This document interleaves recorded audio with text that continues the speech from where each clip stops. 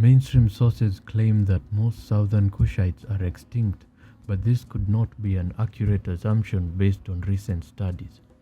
Most of the history books affirm this claim only based on linguistic evidence. However, the sources used are of a biased nature for reasons we shall discuss in another presentation. Southern Cushites are not actually extinct in the context that they vanished from the face of the planet entirely. Let's look at some evidences that prove this fact. Existing cultures can be compared to that of present-day Southern Cushitic-speaking populations to make this connection. Cultures such as pastoralism, circumcision, and the age-set system are examples of such. Taita Cushitic is a grouping that is assumed to have gone extinct. However, evidence for the languages is primarily South Cushitic loanwords in the Bantu languages Dawida and Sagala, which are sometimes grouped together as the Taita language, as well as oral traditions of the Dawida and Sagala.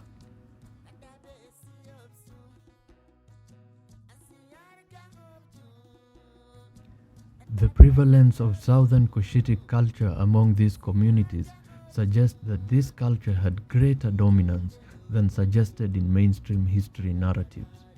The Tutsi are a perfect example of this scenario, having lost their original tongue but still exerted great influence over the territory they resided in.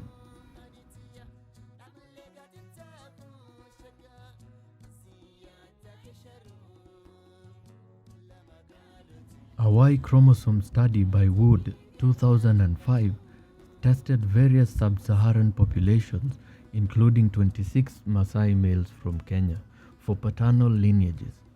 The authors observed haplogroup E1b1b M35, not M78, in 35% of the studied Maasai, E1b1b M35 M78 in 15%. Their ancestor with the more northerly Cushitic males who possessed the haplogroup at high frequencies lived more than 13,000 years ago. The second most frequent paternal lineage among the Maasai was haplogroup A3b2, which is commonly found in Nilotic populations such as the Alur. It was observed in 27% of Maasai males. The third most frequently observed paternal DNA marker in the Maasai was E1b1a1, which is very common in the sub-Saharan region. It was found in 12% of the Maasai samples. Haplogroup BM60 was also observed in 8% of the studied Maasai, which is also found in 30% of southern Sudanese Nilots.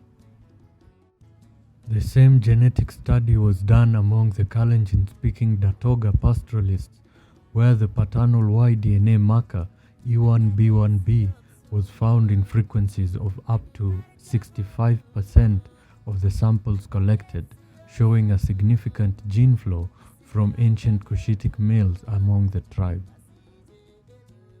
There exist oral traditions among several East African clans which connect them to the ancient Cushites, who are the first inhabitants of the region.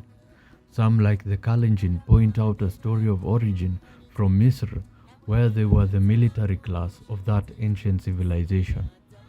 Note that ancient Kemet spoke a Hamitic dialect, which is linguistically close to the Kalenjin language. The Maasai also have an oral tradition of migrating from ancient Kemet that has stark similarity to the exodus of Hebrew nomads from the civilization. The Tutsi also have a narrative of their origin from Ethiopia, and it is very likely that they are remnants of the ancient Southern Cushites, though they lost their tongue.